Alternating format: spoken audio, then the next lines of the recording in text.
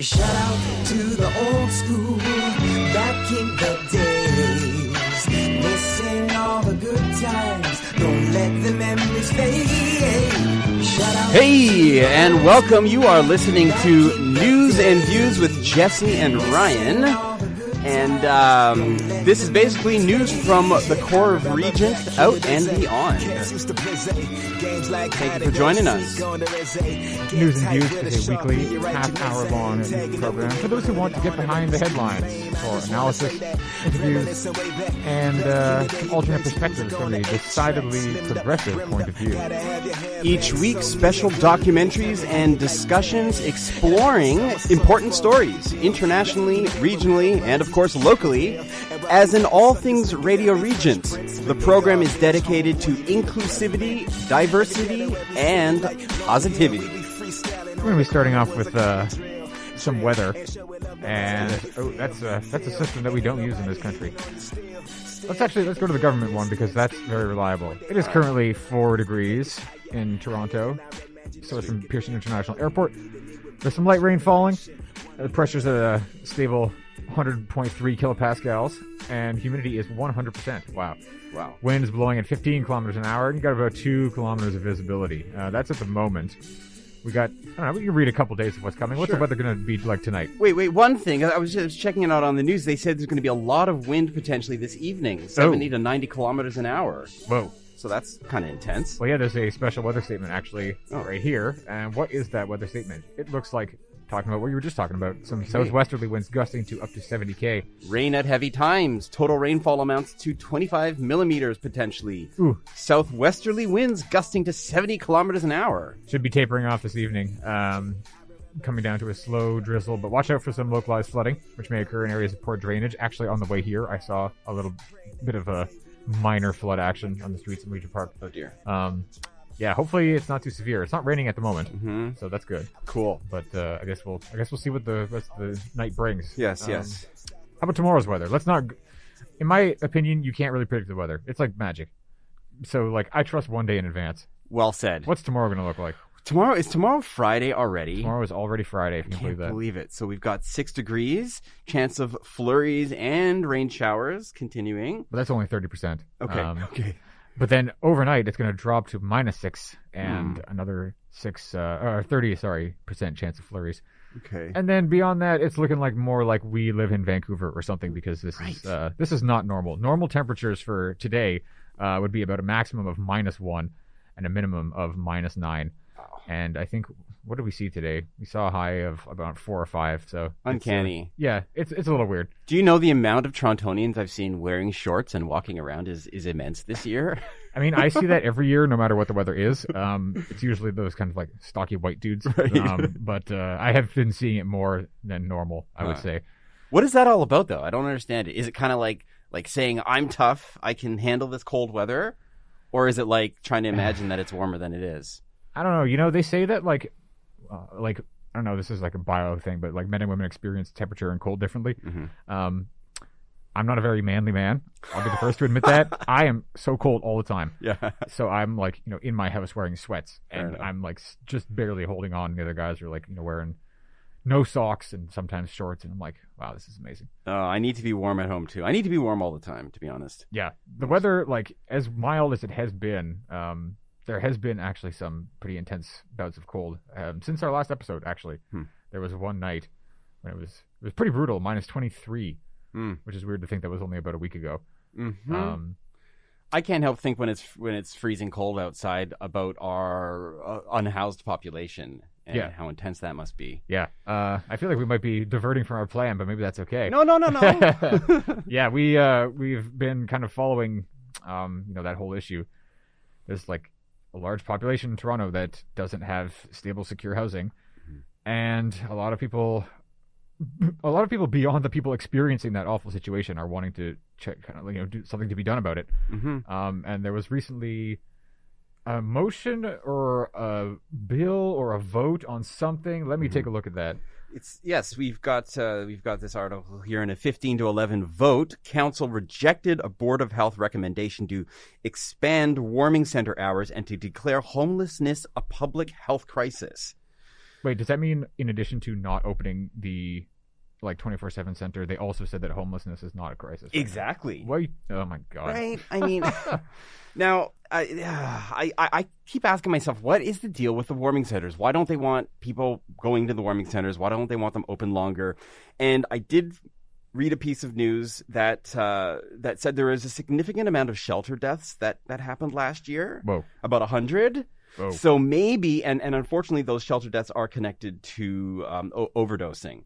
So potentially people are maybe afraid, that is going to happen, but we still need to look at the issue. Yeah, and also, it's not as if these people are magically not going to be using substances when they are not in a shelter, right? Exactly. Like, this is a very complex problem of which there are many kind of independent but interdependent parts, and things like lack of safe injection site, lack of medical support for these kinds of people. Like, these are all things that kind of play in. I mean, I guess one element is it's potentially a danger for the staff that run these places, but I mean, I don't know. Do we have any other dirt on this situation? Well, one thing that I will say is that it just seems like it's dragging on. Everybody's always dragging their feet on everything because it says instead, council adopted a motion from Councillor Michael Thompson calling on the province and federal governments to provide them with more assistance to address homelessness. I mean, we already know that assistance is needed. By the time people decide what to do, it's going to be summertime. Yeah, and then people will probably just say, oh, well, we don't need to worry about this now because it's 30 degrees. Right. But also, things like heat warnings are becoming more common because the city is just getting hotter and hotter every year, which, for somebody like me who likes the heat and has a house, that's fine. Right. But for somebody who doesn't and is just forced to be, just scrounging for shade, that's a completely different situation. Totally. Right. Climate change is a real thing, isn't it? I mean, yeah. Right? It doesn't matter what the season is, and it almost doesn't matter where you are. But, I mean, here it's pretty obvious. It's just getting hotter and hotter, even in the winter, where, we're having Vancouver-like temperatures. Yes. I think even the other day I was looking, and it was warmer here than it was in Vancouver. Nah, man. That's crazy. I was reading a CBC article talking about how Canada as a whole isn't really designed, or our cities aren't designed for climate change. Sometimes apparently the sidewalks in Vancouver and downtown Vancouver are actually buckling from the heat. What? So that needs to be looked at. Yeah, I mean, I'm not surprised because what was it, the last 2 summers or whatever were it was Lytton in BC that just burned down, right? And that was the hottest temperature ever recorded in Canada to that point in 2021 summer. Okay. Yeah. Anyway, getting back to the housing thing. Yes. Let's see. I'm actually seeing some data about how the temperature thing works, and this kind of plays into the climate change piece kind of interestingly, right? The Shelter for Housing Justice Network is calling on city council to keep warming centers open all the time instead of only operating them when the temperature drops to -15. So that's interesting. That there's if it's -14, you don't need to be warm. Basically, that seems so backwards to me. Is that what that's basically communicating? On Friday, when it was super super cold, the city data provided that 99% of warming center spaces were occupied during that time, and how many people were still out there? Right. Given that there was no space, how many people needed space that just didn't exist, right? And then also on, it's days like now. It's not like it's warm outside right now. It is from a climate perspective. But if I was just sitting outside and I didn't have an indoor space to go to, I would not be comfortable. Yeah, exactly. And, apparently it's not gonna, it would need to be -15. It would need to be several degrees colder than it's going to be any day this week in order for these places to be open. It's ridiculous. What happens when? I mean, it's important to declare a homeless public health crisis in Ontario or in Toronto, right? Yeah. But why? I don't understand why people are so afraid to actually just put that out there in the open. I guess maybe there are certain implications and certain money that has to get into action when you declare that. Maybe, I don't know. This is something that maybe we can research for a future episode. It's what are the ramifications and implications of declaring whatever a public health crisis or an emergency or whatever, right? Maybe that does kind of put legislators or whatever in a position where they are now like, you know, bound to behave in a certain way. Or Right. they're compelled to like, oh, well, we have to do, you know, this thing. Like, it's like, okay, that's something that they don't want to pay the money for. Or, Right. you know, John Tory doesn't want to, you know, do whatever, which he seems to be talking about. You know, he says lots of things. Right. Do you want to speak Sure. for John Tory? Mayor Tory's primary concern in winter months and all year is to make sure the City of Toronto is continuing to support our most vulnerable residents. Well, Tory, who are those? Mayor John Tory's office told CTV in a statement addressing more than 9,000 shelter beds in the city's 2023 budget, up from 6,000 pre-pandemic. He also says, I just don't want to see it again in terms of the extreme cold. It's really got to stop. Actually, that was someone else that said that. Oh, I don't know who this person is, but that's someone by the name of Klaus. Okay, forgive me. Who is that? Who is this Klaus person? Probably somebody. This is from an article talking about protesters rallying in support of, you know, the city not dragging his feet anymore on making these kinds of changes. Right. And I'm not seeing the owner of that name.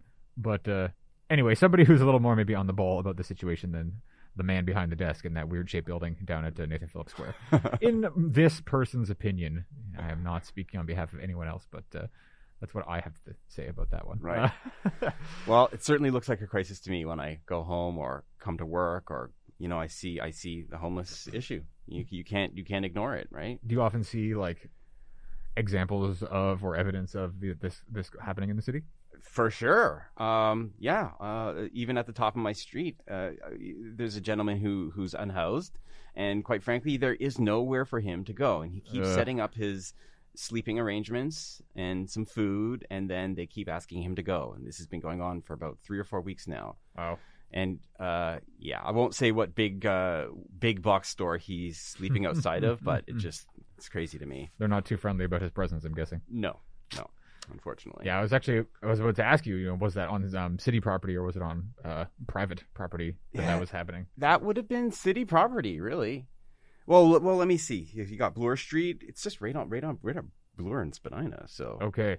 Yeah, it's tricky. Like I mean, I know it's weird how like sidewalks and whatever are city property, but like maintenance of them belongs to like the tenants. Okay, or interesting. Whatever. Right. Like this is why it's anybody. If you have a house and you live in a house and it's not like a condo or an apartment building, it's your responsibility to clear your walk in the winter, even though it's city property. Okay. As far as I'm aware, that could be wrong, but I'm pretty sure that's how it works. Yeah. I'm pretty sure as well. So interesting how that might work with like, you know, people who don't have anywhere to go. It's like, okay, well, it's a city property. Is the city going to do anything about it? And that does that give you like the authority to tell someone to go away if they're there? I know. It's a tough situation. Well, we will be looking into this for further shows to come, just researching, keeping up to speed with what's going on in the city. I mean, on the subject of like, you know, people not having any place to go, there are some other places that people in such situations are kind of turning to as a last ditch effort. That's right. Which is another, I guess it's a public place. Are you talking about the TTC? I am talking about the TTC. Yes. I don't exactly know how that works. You know, the TTC is a corporation as far as I'm aware, but it's like a public service type thing. Anyway, the whole point of this being that, you know, when you don't have anywhere to go and you can get into a place either for $3.20 or potentially $0, like that's a fairly attractive option, right? Right. And the TTC stations compared to outside are fairly warm. Yeah. And the vehicles also take you to other places if you need to go somewhere. And, you know, the people who are riding the vehicles are kind of always in flux. Right. So you're not necessarily in a place where, you know, somebody is like working a security thing and they're just like sitting in one place and they see you and then, you know, you have eyes on you all the time, except for the creepy cameras that are in all the vehicles now. I have seen the special constables in the TTC sort of clearing away or talking to the unhoused people there. Oh. And as I was telling you the other day, Jesse, I've been seeing a police presence on the TTC. And the constables have been very, very friendly, almost gregarious and chatty with me. That's surprising. Yeah. So they're you know, trying to make a point that they're trying to put a positive energy into their patrolling, I guess. Okay. these are the constables or the actual cops? Okay, it actually happened with both. I saw special TTC constables, and then I saw actual Toronto police. Okay. And they were both groups, both different policing organizations were very friendly to me. Wow. Mm-hmm. And like that kind of is coming on the heels of like an announced increase in police presence on the TTC, right? Mm-hmm. This is like, this kind of ties into, again, not a new thing and not a thing that's kind of like linked to the weather necessarily, Mm-hmm. but like the increase in, violent assaults and attacks and straight up murders on the TTC these days. I've got a little bit of section from an article which says Toronto transit system has been rocked by a series of violent incidents, which we all have known about. Over the last year, people have been pushed onto subway tracks, lit on fire, shot at with a BB gun, stabbed, swarmed, and otherwise assaulted. So that's it's a lot going on. And I feel like this is an issue where the whole intersectionality thing can kind of get tricky because I'm actually curious to hear your take. In my experience, public discourse on this kind of stuff automatically goes to like mental health. Mm-hmm. And I feel as though also with the kind of under and unhoused population, there's a very similar discourse that happens kind of as an undercurrent. It's like, oh, mental health or substance abuse vis-a-vis mental health. Also that, in my opinion, that's an oversimplification. I don't have like data on this, but I just feel like there's so much more at play, right? And it's also, to me, it kind of marginalizes other intersecting issues. Like, okay, is it an issue of mental health when the fact that you don't have a place to live and be warm and safe and have food, and that has maybe been, your life for any amount of time, that's like your reality, and maybe at some point, substances came into the picture because maybe they were forced on you. Maybe you didn't want to use them. Maybe you became addicted, not of your own volition. And then now, like, as a result of all these things, like, okay, for whatever reason, somebody pushes somebody in the TTC, or somebody has a weapon and uses it. Like when you just say mental health, like, to me, I'm thinking of like the Bell Let's Talk campaign nonsense. True. Like, you need to make dividing lines, right? Yeah. No, I think this is really good that you're highlighting this. It is a topic with a broad. Well, there's a lot of tentacles attached to the so-called mental health issue. We can't just say, "Oh, it's mental health." There's so many things going on. Yeah. As a Torontonian, I'm just basically seeing that the city doesn't really care. Social services seem to care. Social services need more money. But what I keep seeing from the news when you keep looking into these stories is I see bureaucracy or rather the government kind of closing doors when they should be opening them. Yeah. So that's frustrating. And like on the whole bureaucracy piece, I feel like this is, I don't know, maybe this isn't necessarily bureaucracy, but like the idea of, oh, if we will just increase, armed forces in the transit network, that's going to somehow fix things, right? It's like, okay, well, maybe if somebody happens to be in a place where like an assault would occur, was able to prevent that, like that's okay. But these people who are kind of on the fringe of society, I don't think the whole like fear by police presence thing works the same way. Right? It's like, okay, as a I was about to use a term that I'm gonna like not even use, but I'll use it having that qualifier come out first. Okay. Which is I'm gonna use gratuitous air quotations, which you viewers out there, you can see you say ordinary citizen, which means I'm like, someone of moderately sound mind, but I have my own mental health issues, whatever. I don't feel compelled to like push people and light them on fire is what I'm saying. I am kind of like aware of the presence of special constables or police on the TTC. And not that I'm like inclined to do anything, that I shouldn't be doing or is a breaking of the law of the TTC or the bylaws or whatever. Like their presence has an effect on me, and I feel like honestly, I feel as an individual less safe because this is a person who's very like, built and has a gun and stuff. Right. So I'm gonna like be very slight and not take up a lot of space and try to just go about my business. Right. I don't think the people who are, in general, committing these assaults and things, I don't think that is gonna happen for them necessarily. Again, that's just my take. What do you think about that? Like, what do you think is going to happen when these bad people see the police? I think nothing. Right. That's the point, right? Yeah. It's like, I think if they assault somebody and a special constable or a police officer is there, they can intervene. Yeah. But just the fact that there are more of them around, is it going to factor into the picture for them? 100% agree with you on that. And as you said, I mean, incidents are going to happen when the constables or the police aren't around, right? Right. So again, a Band-Aid solution. Yeah. Should be interesting to see how long this policing goes on for, Is this forever now? Yeah. I mean, when will the 50 million run out? Yeah, like here's an article from CBC is talking about, all these assaults have kind of led to adding, well, actually, this is a smaller number than I expected. Dozens more police officers to patrol the system. In my mind, it would be like, 100 or 200 or whatever. Mm-hmm. But even riders, look at this. Even riders have told CBC that they aren't convinced that increasing the presence of the police is the best solution. Mm-hmm. And, these riders have been saying things like lack of social supports, which you were just talking about, and seemingly fewer services like shelters and housing, which we were just talking about regarding the warming rooms. Yeah. So, it's really, I mean, I don't know if we talked about this on air last time or just in general leading up to the show, but, a lot of people are like comparing Toronto these days to New York in the 80s and how it's like turning into a Wild West. It's super dangerous. And it's like, well, we're not even close, honestly. Right. But like the trend is important, right? Mm-hmm. The fact that this stuff seems to be happening more and more, and it seems to be getting like fairly intense. Yes. So again, just like highlighting the fact that this is the byproduct of a larger problem. Yeah.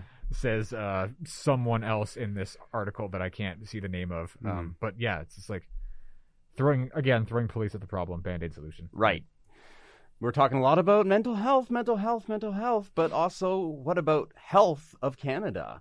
There have been quite a lot of discussions about health and our world, and Ford says new federal dollars for health can only be considered a down payment on further discussions. So what we have going on here is Premier Ford has said that the $46 billion in new healthcare funding that Ottawa has offered the province is only a starting point, but should be viewed as a down payment. Yeah, this is a pretty big move by the federal government, right? It's like a huge, well, I mean, to people like you and me, $196.1 billion is a lot of money, right? Yeah. I mean, I'm assuming that's a lot of money to you. That's a lot of money to me. So, yes. And granted, that is, over the course of an entire decade, and that's to all of the provinces and territories, I believe. So, that's like a 10th of that per year, and then a 13th of that per province. But honestly, they're probably going to allocate it depending on like populations and GDP and stuff. So, like, if anything, Ontario is going to be getting the lion's share of this money, right? Right. Yeah. So, I mean, that response from Ford that you were just talking about, like, what are the implications of that response? Like, it seems like he's kind of dissatisfied. Yeah. He also said, I always welcome new funding, either small or large, but what we see this as is only a starting point.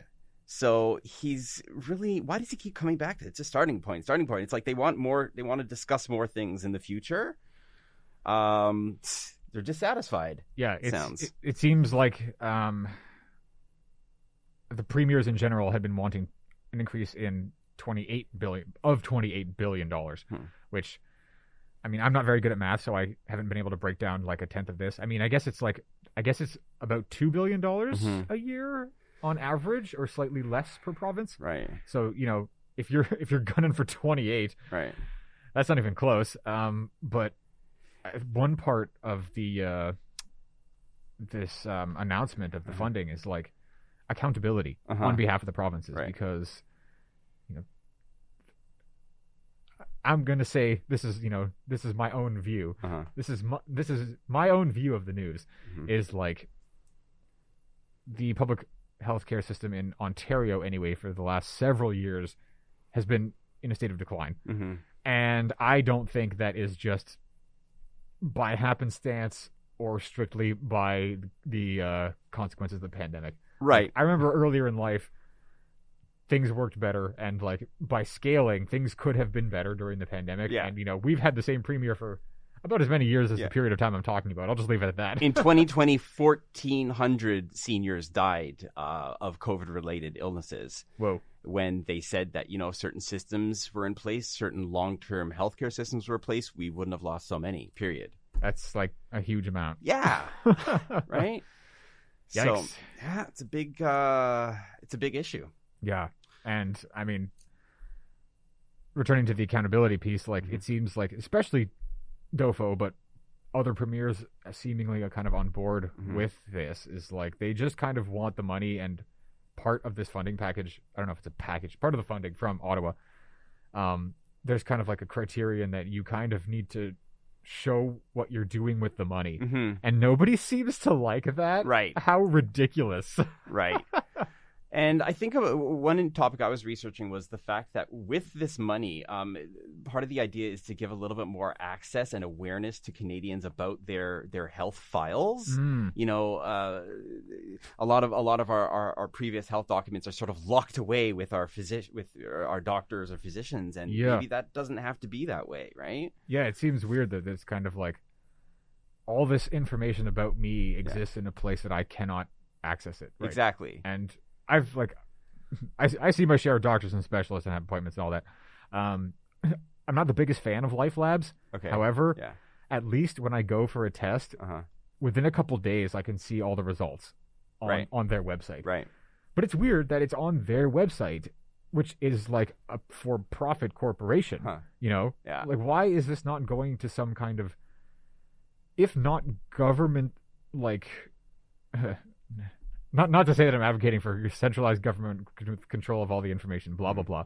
However, something where there's like accountability and openness, right? It's like, instead of having to go to LifeLab's website, it would be nice if I could go to like a government portal or something, or even like my physicians who are all at, maybe I shouldn't name the hospital, a university health network member of fair size and repute. Like, the documents, I can't get the documents through there, which is weird. Like, I just have to go to Life Labs, and then I have to like make an appointment with my doctor, who I can never see because she's a teaching physician. So it's just like, okay, so I know these values and I know how to read these data, and everything's okay, but like you should also have this where I can see it. And it just seems unnecessarily decentralized for something that a lot of people need to see it, right? If you're needing healthcare, especially if you're a senior citizen, right, you're probably seeing, I mean, if you're awesome and fit, that's one thing, but you probably have a few doctors that you see, and I know they can all see it, but like, what about your family, right? It's like, doesn't your family maybe have the deserving access to this, like, just as well as your physicians do? I agree. We need more access. Yeah. Come on. This information is out there, but not for us, which is weird. So right now, Ford at this point has said he wants basically more time to assess the proposal. Okay. So, all right. So will he say no to money? I don't know. It sounded like earlier he was saying, he accepts any package, big or small. I mean, whatever. So maybe he'll just say yes on the condition of more, or like yes, but also I want more, and please give me more. Right. I don't know. Now, news a little more local to Regent Park and the area in which we are broadcasting from. You were telling me a little bit about Metrolinks and the cutting of trees. Yes. What is going on with that? So the Metrolinks is undergoing a lot of expansion projects. They're trying to a line near me, they're trying to, I think, widen a rail or add in another rail so they can have, even more trains coming and going all the time. They're also working on the Ontario line, which is supposed to be finished, I don't know, next century or whatever. Will probably be finished the century after that, realistically. And that's like a whole new line that'll go, east over until, I think, from Union to about, like, Pape, and it'll go up Pape. Okay. And this will be like a GO train. So, they're going to have to do a decent amount of work and landscaping and stuff to put this in. My understanding, yes, you're right about all that. Of course, they've been having these meetings and consultation meetings with certain communities where they're about to come and cut trees away. But apparently these meetings aren't consultations. They're more just telling communities what they're going to be doing. Yep. Which is kind of unfair. There's 200-year-old trees that are now gone. Yeah. So this has happened, both near me, and I live over in the East End, but it's also been happening. Well, I live further east than where we are right now, but it seems it's been happening here, as close as Moss Park, actually. Yeah, Moss Park and Osgood simultaneously had a lot of protesters, but what Metrolink decided to do was cut the trees on the same day, pretty much at the same time, to lessen the protesting. Cool. Oh my God, that's vile. Yeah. So this is why I don't love. I was just talking about how the government should do better with health records, but also the government should just do better in general. Right. It's like don't do that kind of thing, man. So all this, there's a lot of expansion happening with Metrolinks, it seems. That's what I'm reading about. Yeah. I mean, wow, this is major. I mean, maybe someday they'll finish the Eglinton LRT, but probably not, because now they have said that they don't know when it'll be finished and have not, as far as I know, updated that. Yeah. So now they're, I don't know, taking access to trees in other parts of the city, and maybe they're just trying to breeze over the whole indefinite ending of the crosstown with all this other stuff. Who knows? That's a whole other. We could talk about the Eglinton expansion too. I was doing a little bit of research on that. Small businesses are really, really suffering. Yeah, because they just, people aren't going into their stores right now because you can't. Yeah, and a lot of those stores are cater to the West Indian, Jamaican, Caribbean community, and it's unfortunate to see those nice businesses suffering. They're already having a hard time. Super sucks. Yeah. Well, sucks to end things on a bad note, but all the more reason for you to tune in next week at the same time and same place when Jesse and Ryan will be giving you more news and views, and hopefully there'll be a little more, a little more uplifting things at that point. It's Black History Month right now, and that's always a cool thing to talk about, is when you can kind of give some spotlight to some positive things happening at a time such as February, which is also my birth month. Oh, cool! But I have a birthday this month too. That's right. I think your birthday is our next show, even. Aquarius. No, almost. It almost is. Aquarius.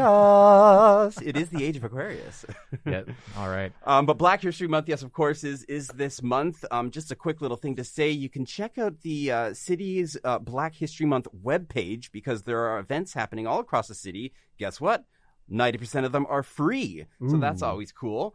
And I did want to say a quick little thing about Oscar Peterson, Canadian jazz legend, who passed away a little while ago. Oh, shoot. Yeah, but I have a quote from Oscar Peterson, and it's a simple, beautiful quote. It's the group sound that's important, even when you're playing a solo. I like that. That is very true. Mm-hmm. Amazing.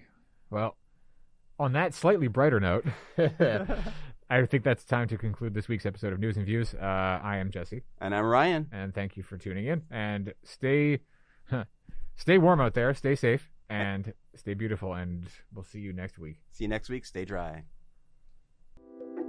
Don't forget to like, comment, share, and subscribe to our YouTube channel. And check out all of our social media platforms. For more information, check out our website.